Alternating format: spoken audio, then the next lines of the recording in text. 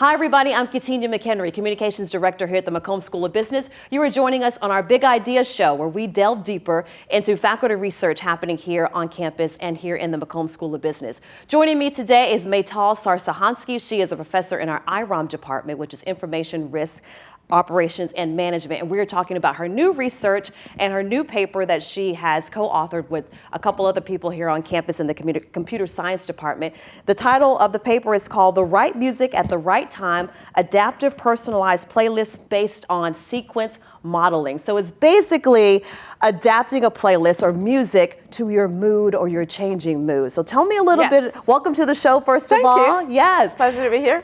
Good. And tell me a little bit about just the motivation behind the research, because it's really cool. We were talking about, like, sometimes when you're in the car, you feel like your playlist knows what kind of mood that you're in, and so it plays songs that are a little more upbeat or a little more mellow, but you actually have research based on music that changes with your mood. Right. Yeah. So, music is a big part of many people's lives, right? It's for some people, music is very integral to their everyday life, but it certainly, has a huge impact on people's mood and can be soothing. It can be therapeutic at times. And, one of my co-authors, Elad, and actually his advisor as well, Peter Stone, they're both musicians. They both play music. I play music too, but I'm not at the same category as these guys. And Elad is a very passionate musician.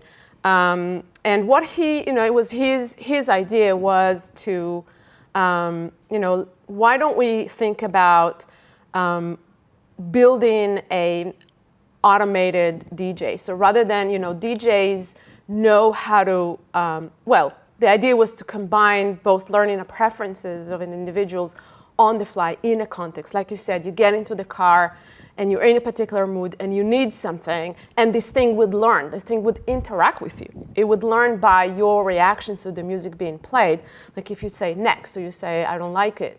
But also will build up sort of a sequence that would be particularly pleasing to you. So it's a combination of learning things on the fly at the moment to fit someone's mood, in addition to building a particular sequence, similar to what a DJ does. And so in a way, we wanted to learn how to make your personalized DJ, how to create a sequence that is pleasing, that is, if you're in the mood to get excited and to get, very kind of upbeat music, then, that thing that it's basically, we call it an agent in the paper, but it's really a piece of software that learns from you on the fly. And that learning process is not that trivial because it has to learn fairly fast with very few interactions, because it doesn't have all day, it doesn't have your entire history to learn from, because it want to learn what you're into right now, in addition to figure out, okay, what sort of transitions make you happy, or what transitions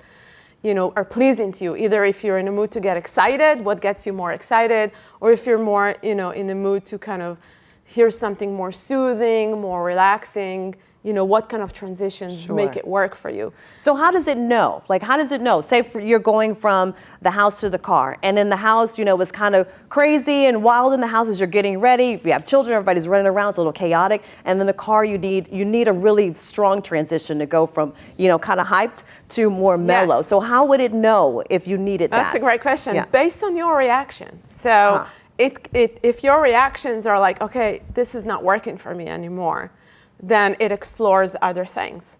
And it both learns what is the kind of music that make you, happy or content at a particular time, and what kind of transitions are now working for you. So it's really based on the reaction. So this thing only works because you respond to the music being played. And how long does it take to know what your mood is? Like, how long does it take to learn you? So this was part of the actually research questions. And design, the whole thinking about the design. So the design was, one of the contribution was that the design of this tool was such that it could learn much faster than any previous tools, because we wanted to learn on the fly. So if you have an hour drive, it should be able to do it. And that was kind of our framework. We said, within an hour, in our experiments, we did these experiments on real people to see, does it work? Is it better than alternatives? Yeah. And we can talk about what the alternatives were, but does it work compared to other things? And we had people in the lab for about an hour, and we said this really needs to work within that framework to be able to learn and already play satisfying music in a sequence that's satisfying. So that was our framework, but future work may be able to even make it shorter. But this was kind of one of the achievements that we showed, kind of an architecture that could learn these things actually fairly quickly. Yeah. And our current framework was kind of about an hour. So your hope is that at some point it replaces streaming music, and streaming services like Spotify and... Or adapted by these services, right? Yeah. Because these services, one of their goals is to, develop these tools that people would connect to, right? Yeah. And would want to stay with the platform. So we believe, we know actually, we got some feedback, so we know these platforms pay attention to these papers and they actually like this, and it's feasible that they would be able to adapt it to their services. And maybe you'll turn on my personal DJ. Now I want my personal DJ. And the other thing about the personal DJ and learning on the fly is that it doesn't rely on any of your history, of what you usually normally like to listen to. But it assumes, okay, it's like, we're starting from scratch. You're in the car as if, sort of, maybe we don't know what you like normally, but we want to learn what is it that you're into right now. Does it start over every time? Like if you're in a transitional place in your life, does it start over every time? So it can. Yeah. And we also talk in the paper about how it can rely to some degree on what you normally enjoy, so that the starting point can be informed by what you normally enjoy, but it can start completely from scratch. Yeah. And it is able to learn actually quite effectively. And I think that was one of the contributions, that there is no historical data. We start with absolutely nothing. In fact, the students that we experimented with, we didn't know, we had no information about them. They came into the lab, and within the first half hour, they already started to enjoy the music. They already started to enjoy the sequences that we're playing. Yeah. And they told us, based on their feedback, we could quantify that they're actually liking it better than playing music which they like. So we learn things that they generally enjoy versus things that they don't enjoy. Things that they like, but in a different order, played in, let's say, some random order.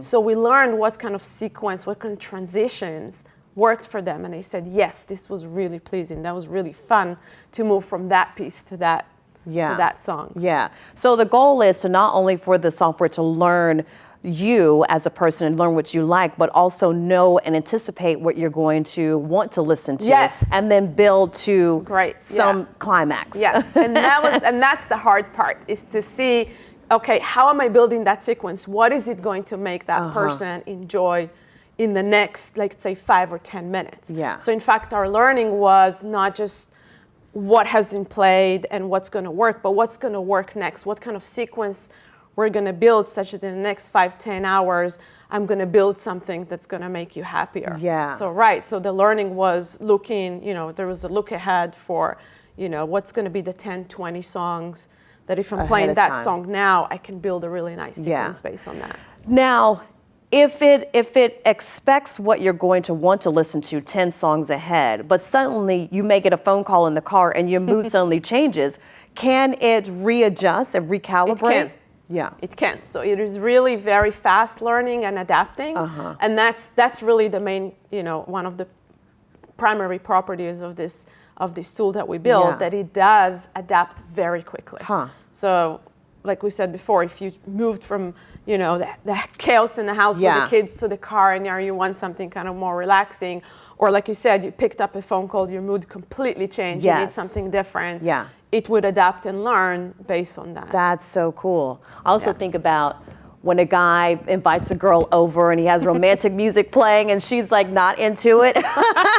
Will it adjust in that situation and help him, make the right decision? It's not going to read her mind. Unfortunately, that tool is not there yet, but it needs to have explicit feedback. But who knows? Now we're having tools that do get sort of signals directly from the brain. So who knows? Maybe in the future, that's what's going to happen. So right now, as part of the paper, part of the research, you have the software, but are you going to adapt the software into some kind of tool, or is right it now just... we haven't entertained these ideas.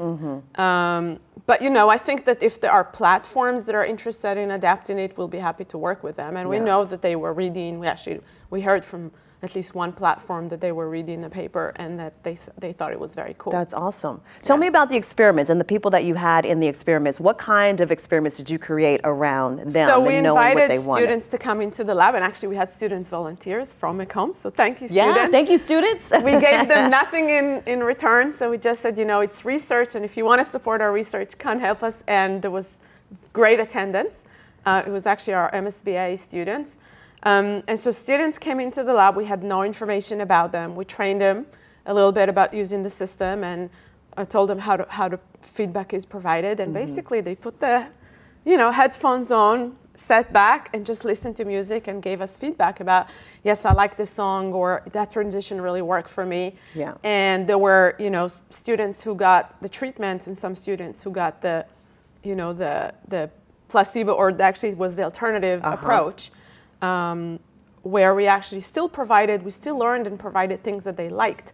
So there were, several alternatives. For example, there were students who got music they liked, but not in the sequence that we learned they prefer, but rather in some random sequence, like you say, play random sequence of my playlist, like shuffle my playlist. Yes. And that was it. And at the end of the hour, we analyzed based on their feedback, what was the effectiveness of the tool versus kind of not necessarily learning what sequences they prefer, etc. Yeah. So what I love about this is that music is such a universal language, and everybody likes music. I love music, and I like all kinds of music, and so music has always been a part of my life, and I know that it's true for a lot of people. And people who are musicians. But we play music in the house all the time. We play music in the car all the time, and there are times I'm in the car, like I said, that I'm just like, what? Like, why does it keep playing this stuff? Yeah. I wanted to play a little, songs that are a little bit more upbeat. And then sometimes I feel like my playlist has heard me and it starts playing really cool music. So this will be a really cool software and tool to have.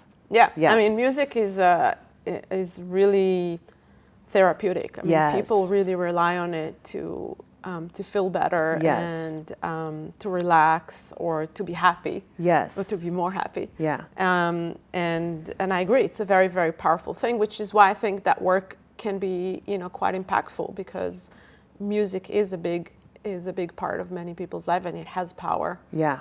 But in general, at the end of the paper, we also talk about how just the concept of learning what someone's into, and it can be something that they like to watch, something that they like to even eat, what they're into at the moment, and what sequence sort of works for people, or what they like to drink, can be something that can be adapted to other media or other domains. So, for example, if you like to watch videos, or you like to see sketches of some things, or a sequence of news stories or something like that, then that type of approach can work in these domains too. So it's adaptive in many different scenarios. Yeah, the same framework can be used in all of these applications. Which is so cool and scary at the same time. It's like the AI knowing what you want to do and actually anticipating your thoughts.